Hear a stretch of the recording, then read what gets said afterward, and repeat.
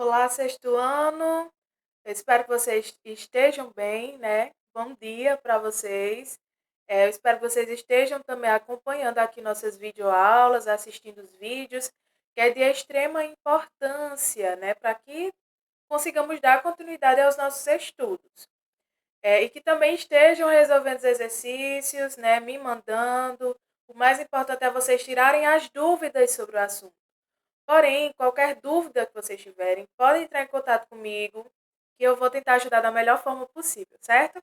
Continuo com saudade de vocês e eu espero que em breve isso tudo passe. Hoje eu trago para vocês um conteúdo novo, que é a composição da crosta terrestre. Nós vimos, né, na aula anterior o planeta Terra e quais são as camadas que constituem o planeta Terra. E hoje nós iremos ver, né, o que é que compõe a crosta terrestre, certo? Do que ela é composta, o que é que ocorre com essa composição. Eu espero que vocês gostem desse conteúdo, ele é bem simples e eu acho que é de fácil compreensão. Porém, como eu já falei, qualquer dúvida que ficar, entre em contato comigo que eu tentarei ajudar da melhor forma possível, certo? Então vamos lá para o nosso conteúdo. Então, para a gente relembrar, e para melhorar o nosso entendimento, eu trago para vocês, né, a revisão das camadas da Terra que foi vista na última videoaula. Então, nós sabemos que a Terra ela é formada por três camadas principais, que é a crosta terrestre, o manto e o núcleo. Né? Essas três camadas formam outras camadas. Então, nós vimos que a crosta terrestre é a camada mais externa, né, e fina da Terra. É a que reveste toda a Terra. E ela pode ser dividida em crosta continental e crosta oceânica. A crosta oceânica é a superfície que recobre os fundos oceânicos. E a crosta continental é a camada que recobre os continentes, né? A terra que recobre os continentes. Nós temos o manto, né, que fica abaixo da crosta terrestre, é uma camada intermediária e é onde está localizado o magma, que é aquele conjunto de rochas derretidas que forma a larva do vulcão quando é expelida. Temos o núcleo, que é a camada mais interna, e pode ser dividida em núcleo interno ou externo. Né? Lembrando da diferença entre núcleo interno e núcleo externo. O núcleo externo, ele é líquido e o núcleo interno, ele é sólido. Né? Vimos isso na última aula. Vimos também que entre o manto e a crosta terrestre há uma outra camada chamada de litosfera, que é formada pela a parte da crosta terrestre e a parte superior do manto. Né? Vimos também que esse magma é uma mistura de rochas derretidas e fragmentos de rochas e gases encontrados no manto terrestre. É o magma, né, que é aquela rocha derretida que produz a substância presente dentro do vulcão. E quando o vulcão ele entra em erupção, em atividade, esse magma ele pode ser expelido juntamente com os gases, né, e forma aí o que a gente chama de lava, né? E tem aí, ó, lava, magma quando expelido pelo vulcão. Então nós temos aqui as principais camadas, certo, da Terra: manto, núcleo, né, crosta terrestre, litosfera, magma e lava. Porque são componentes importantes para a compreensão do que compõe a crosta terrestre, certo? São componentes que vocês irão ouvir falar, principalmente em magma, em lava. Então, espero que vocês tenham compreendido pelo menos essa parte, certo, da composição da crosta terrestre, nas camadas da Terra, né, na verdade. E aqui tem imagens. A crosta terrestre nada mais é formada por rochas. E rochas nada mais são do que um conjunto de minerais, de um ou mais minerais, certo? Então, eu trago para vocês na imagem as rochas. Então, a crosta terrestre é formada por rochas. Exemplo de rocha: o granito, o calcário, a ardósia, né? As rochas, elas podem formar as montanhas que a gente vê ao redor da nossa cidade. Então, a crosta terrestre é formada por essas rochas. E as rochas nada mais são que compostas por um ou mais mineral, certo? O mineral, eles ocorrem naturalmente na crosta terrestre. Eles são formados pela união aí ou pela formação aí da crosta terrestre e, consequentemente, das rochas. Então, exemplo de rocha, o granito, ele é formado por 3 minerais. Nós temos o quartzo, o feldspato e a mica. Esses 3 minerais formam a rocha chamada de granito. E nós podemos observar nessa imagem aqui em branco, certo? Essa imagem dá para ver aqui uns pedaços aí brancos, outros pedaços pretos. Nós conseguimos identificar nessa rocha os minerais presentes nelas. Porém, nem todas as rochas apresentam os minerais visíveis a olho nu. Nem todas as rochas nós conseguimos distinguir esses minerais, certo? E isso nós vamos ver mais para frente. Então, aí, o que é crosta terrestre, o que é formado a crosta terrestre, né, que é formado por rochas, e o que são rochas que são formados por minerais. E são esses minerais que podem trazer, né, para a nossa sociedade, e é utilizado por nossa sociedade para fazer, por exemplo, bijuterias, anéis, brincos, colares, né, de minerais. Quem já ouviu falar em esmeralda, né? Quem já ouviu falar em diamante e em ouro, né? Eu acho que vocês já ouviram falar. E tudo isso são minerais, que são minérios encontrados na natureza. São substâncias sólidas produzidas naturalmente por nossa crosta terrestre por causa das elevadas pressões e temperaturas, certo? Então vamos aqui continuar. Já que as rochas são formadas por minerais, né, nada mais comum do que a definição de minerais. O que seriam minerais? Você pode perguntar, professora, se a rocha é formada por minerais, o que seriam minerais? Então, os minerais são sólidos que ocorrem naturalmente, como eu já falei para vocês, na crosta terrestre. E eles apresentam composição química bem específica, bem definida. Os minerais irão apresentar propriedades específicas. E essas propriedades, essas características, é o que vai definir se é um mineral. Primeiramente, para ser um mineral, é necessário ser formado naturalmente pela crosta terrestre, certo? Então, aqueles diamantes formados por humanos em laboratórios, que formam os anéis e tudo mais, que, por exemplo, é aquecido e às vezes até formado em laboratório, não pode ser considerado mineral. Só é mineral se for vindo, né, se for recolhido da crosta terrestre, certo? Então, exemplo, né, de minerais, nós temos o ouro, o diamante, a esmeralda, o ferro, o chumbo, o níquel, que são metais encontrados, né, na natureza. Todos, né, esses minerais, eles são importantes para a obtenção da economia, porque a maioria desses que eu citei para vocês são utilizados para revenda, né, para fazer brinco, para fazer colar, para fazer anéis. O níquel, o chumbo, são matéria-primas para outras substâncias utilizadas pelos seres humanos, e às vezes a gente acha que nem é mineral, mas é. Então, para ser um mineral, é necessário que ocorra naturalmente na crosta terrestre. Se for criado em laboratório, não é um mineral, certo? Então, nós temos imagem aí de minerais, nós temos aí a esmeralda em verde, nós temos aí o ouro, né, em amarelo, e temos essas pedras em cima que ocorrem naturalmente na crosta terrestre, que também são minerais, que são pouco conhecidos. Então, para ser mineral, é necessário que essas pedras preciosas, esses sólidos, apresentem algumas características, como, por exemplo, eles são encontrados prontos na natureza, eles são naturais, são retirados da crosta terrestre, não é formado por humanos, eles não são originados de seres vivos, ou seja, é uma matéria inorgânica. Nós damos o nome de inorgânico para todo o material que vem da crosta terrestre, que vem das camadas da Terra, certo? Então, nós damos o nome de inorgânico. E nós damos o nome de orgânico tudo aquilo que vier de animais, tudo que vier de origem animal, certo? Então, nós temos aí inorgânicas. Um mineral ele precisa ser inorgânico, não pode ser originado de seres vivos.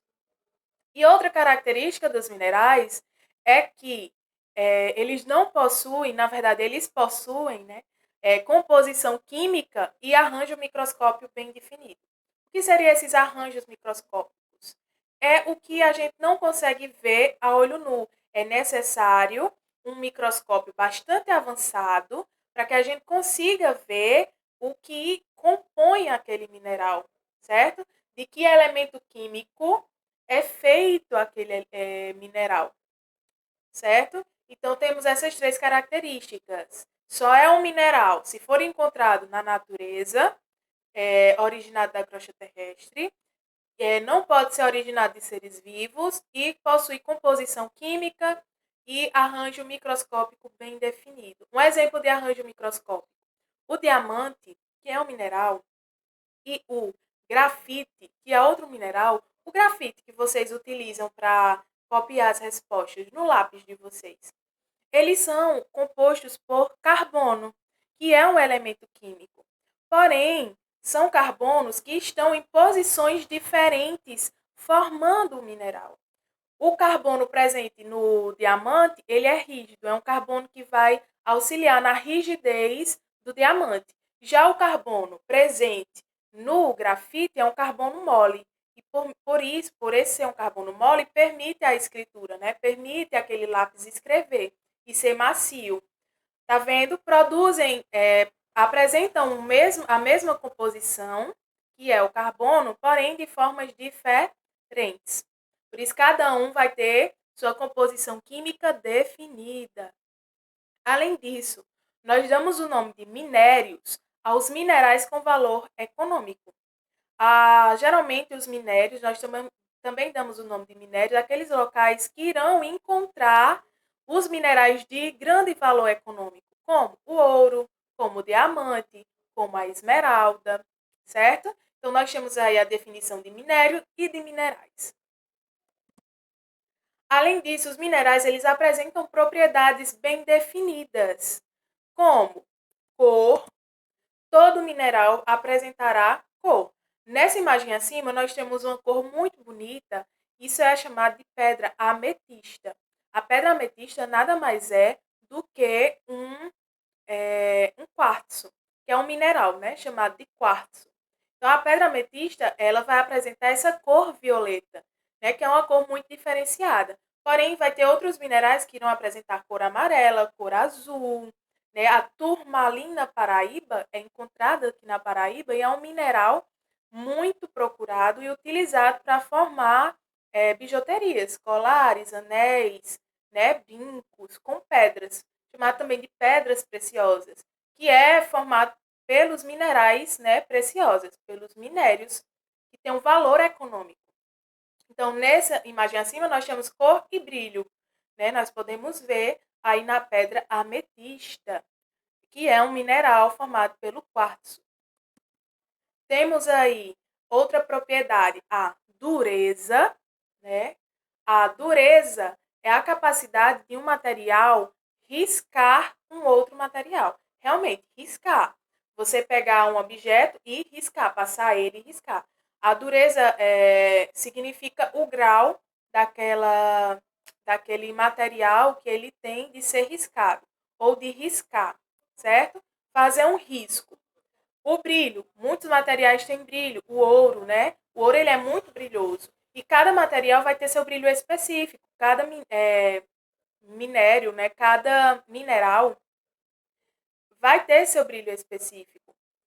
Como? Pode ser um mais opaco, pode ser um mais brilhoso, certo? A dureza está relacionada ao material riscar. O diamante, ele é considerado o material, na verdade, o mineral mais duro entre os minerais. Por quê? O diamante, ele consegue riscar qualquer outro mineral. E ele só é riscado por ele mesmo, de tão duro que ele é. E uma outra propriedade é a ductilidade, que é a capacidade de um material se deformar e conseguir formar outro objeto. É a capacidade de um material ou de um mineral se deformar e voltar e dar formas de um anel, dar forma de um colar, dar forma de um brinco. Isso é ser dúctil. O ouro, ele é dúctil. Ele tem uma alta ductilidade, porque ele pode ser deformado e se transformar em qualquer objeto. Então, essas são as propriedades dos minerais, certo? Temos uma propriedade dos minerais, que é a dureza, que foi formada por Mohr, certo? Também ficou conhecido como Mohrs, que são níveis de dureza. Níveis de dureza que aquele mineral ele pode apresentar. E esse nível de dureza é em ordem crescente, vai de número 1 a número 10.